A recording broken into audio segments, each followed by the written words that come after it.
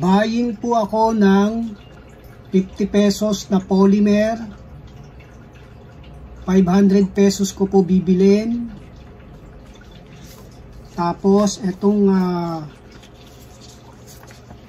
100 pesos banknotes na polymer, 700 pesos ko po bibilin. Ito namang 500 ay 1,000 ko po bibilin. Tapos sa 1,000 naman ay doble rin, 2,000 ko bibilin. So anong special dun sa polymer banknote na yon, na bakit ko bibilin na mas mataas kaysa sa face value? So mamaya, huwag po kayong aalis. Sa mga bago lang sa channel ko, subscribe lang po kayo para masundan nyo po yung mga binibili nating banknotes, itong mga bagong polymer. Maraming salamat po.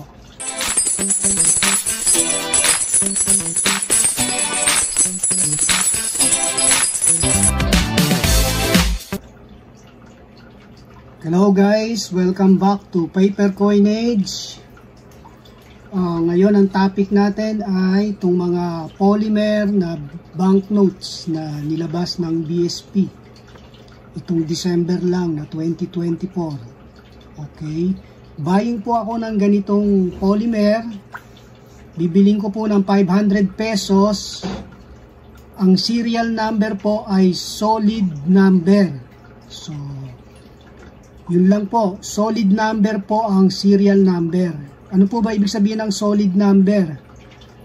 So ganito ang sample ng solid number. Yan, kung mapapansin nyo, puro number 8, solid number po, isang number lang. So yung letter niya, kahit anong letter pa yan, basta yung number niya ay isang klase lang. 888888, puro ganon. Pwede rin namang 7, solid number 7. Okay, pwede namang solid number na 6. Ayan, set po natin tong 20 na to. So mula sa 111 hanggang 1 million, walang 00, specimen yun kaya merong 1 tapos puro 0 yung dulo. Okay, pwedeng 111, pwedeng 222, pwedeng 333, 444, hanggang 999. Yan po, 50 pesos po na solid number, pwedeng 111, 222, ganon. Bibiling ko po ng 500 pesos ang isa. Okay, solid serial number po ang tawag doon. 500 pesos po para dito sa 50. Kapag 100 pesos naman na solid number, buying din po ako, 700 pesos po ang isa. Polymer po na bago. Solid serial number po, kahit anong number. Basta solid, 700 po. Dapat po ganito walang fold, walang lupi. Maganda po ang kondisyon kasi collector's items po yan. Okay. Ngayon, sa 500 naman,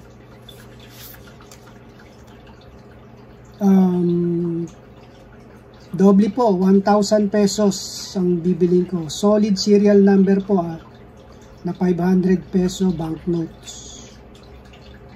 1,000 po ang isa. Kung medyo nabababaan ka kayo, PM nyo lang ako para pwede natin mapag-usapan. Okay. So ngayon, sa 1,000 naman, doble rin po, 2,000 pesos. Solid serial number po dapat. Pwede rin semi-solid. Let's say 3.6, 3.7. Pwede rin yon, pero mas bababa ang presyo. Hindi katulad ng solid serial number. Kung ano yung binanggit kong presyo, yun po, pwede kong bilhin sa inyo ng ganun. Sa 1,000 banknotes, 1,000 bill, 2,000 po. Buying po ako. So, yun lang po. Kung mapapansin nyo, itong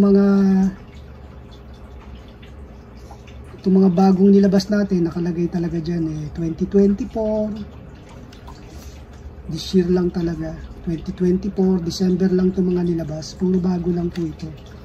Itong 100, ganun din, 2024. Kaya lang itong 50 pesos is advance, 2025. So, para next year pala talaga to. By next year, buong Metro Manila, buong Philippines, talagang isi-circulate na po ito. Magkakaroon po kayo niyan. Makakatsamba po kayo ng mga special serial number. So, kung makakuha kayo ng katulad ng hinahanap ko na solid number, na mga ganyan, huwag nyo kagad ilulukutin, tago nyo na kagad. PM nyo po ako. Mataas po ang value nun. Possible double. Pero ito hindi double pag 50. 500 kagad. Okay? So, pwede rin hindi solid number. Basta yung number is maganda. Diba? Meron tayong video nun ng mga iba-ibang klaseng serial number. Yan. Ilalagay ko na lang po sa link para masundan nyo kung anong klaseng serial number po yun. Tapos, i-PM nyo ako na pakita nyo yung polymer banknotes nyo na ganung klase yung serial number para pwede natin mapresyuhan. Okay? So, maghunting na po kayo ng mga ganito polymer banknotes. Check nyo na kagad yung serial number. Okay?